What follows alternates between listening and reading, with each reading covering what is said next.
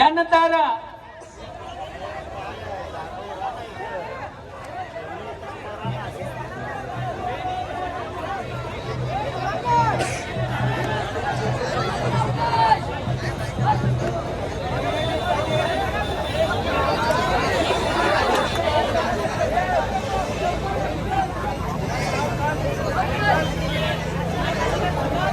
संत शेवालाल गोविंदा पथक आपण सजवायचं 5 तर काय